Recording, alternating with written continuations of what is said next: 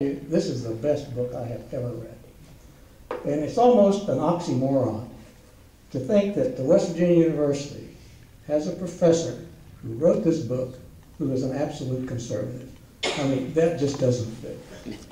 But anyway, what I would impose upon you as candidates, as you go forward in your campaign, what we want to hear is how you're going to address the problems that are in this book. I mean, it is sad.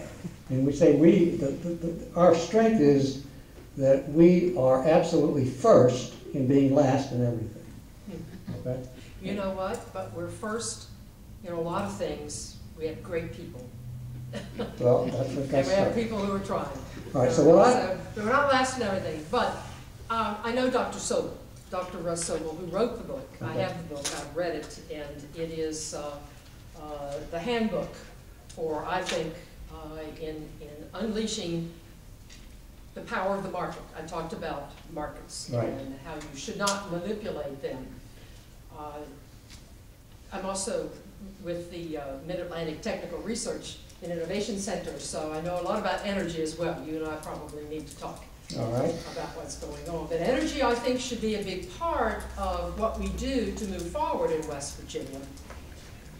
I don't know why we can't be the energy capital of the United States. I hate the fact that we're so defensive about our position with coal. We are coal. Betty, let's get to that point in a minute, because I won't disagree with you. All right. Now wait a minute. Now you asked me how I would address. Yeah, but you're going specifically. All right, go ahead. You asked me how I would address the problems of West Virginia. One thing you do is try to be more business friendly, and there's a whole litany of things that we should do, which I don't want to, give a stump speech here, but you try to be more business friendly and create jobs.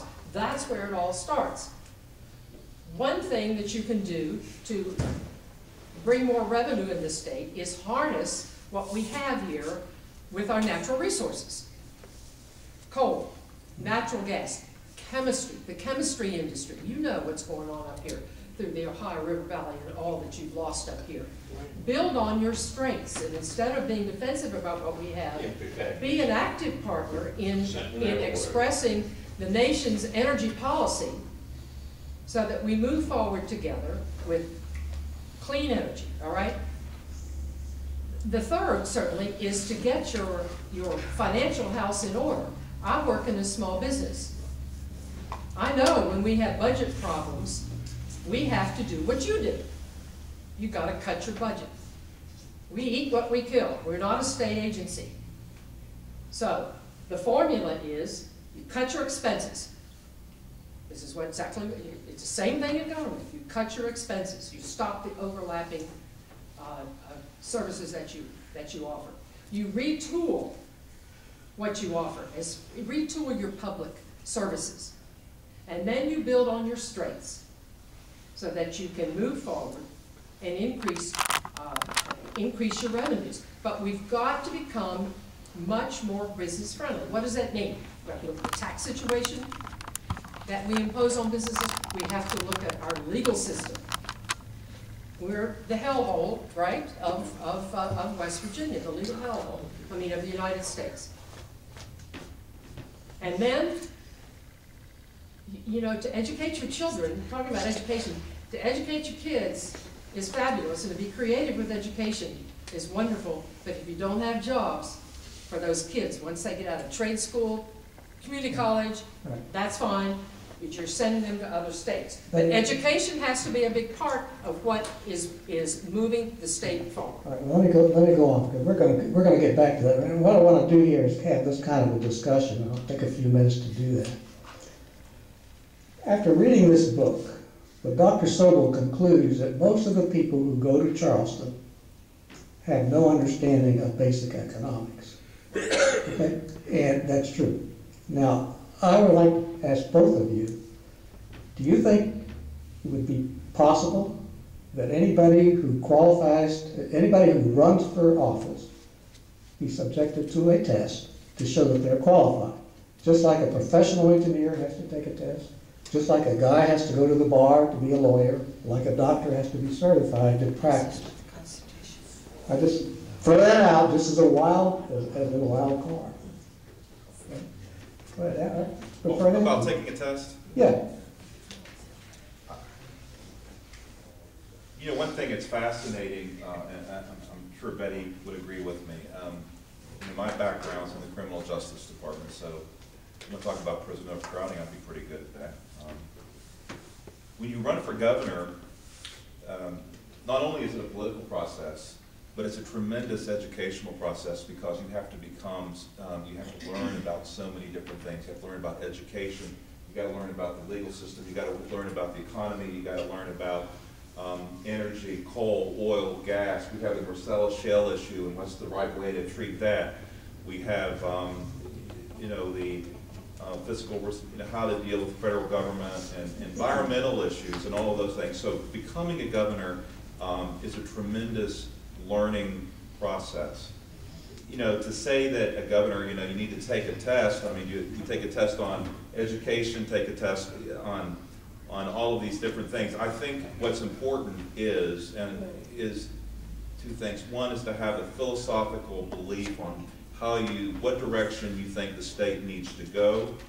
And I'll be honest, I'm willing to predict that Betty and I and any other Republican candidate to get in are going to be pretty close on all of those philosophical beliefs.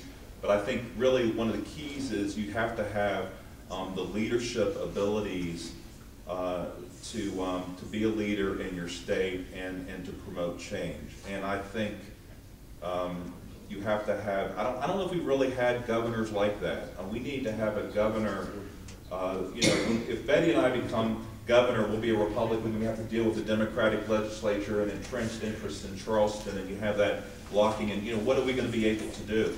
I think you have to have a leadership in governor, a leadership in that office, that you can come to Wood County and you go out to the state. We need to sell change to the people of West Virginia. We don't need to sell change to the legislature. We need to sell change to the people, so the people in the state could then put pressure on their legislators to get with the program so we can get something done. And if I'm fortunate enough to be governor and we have a special election, Betty and I would probably be a one-termer because we might only be able to run one term. And I'm sitting there and thinking, what can we get done in 4 years or 5 years? And you know, I think it's naive to say that we're going to change everything and we walk out of there, we're going to have a perfect legal system and a perfect economy and everything. What I would want to do, I hope if I became a governor, is that when I would leave the door, I could look back and at least say that I changed the direction of where we're going to the better. And it's going to take a lot more people and a lot more governors in the future than Betty and I to solve all the problems.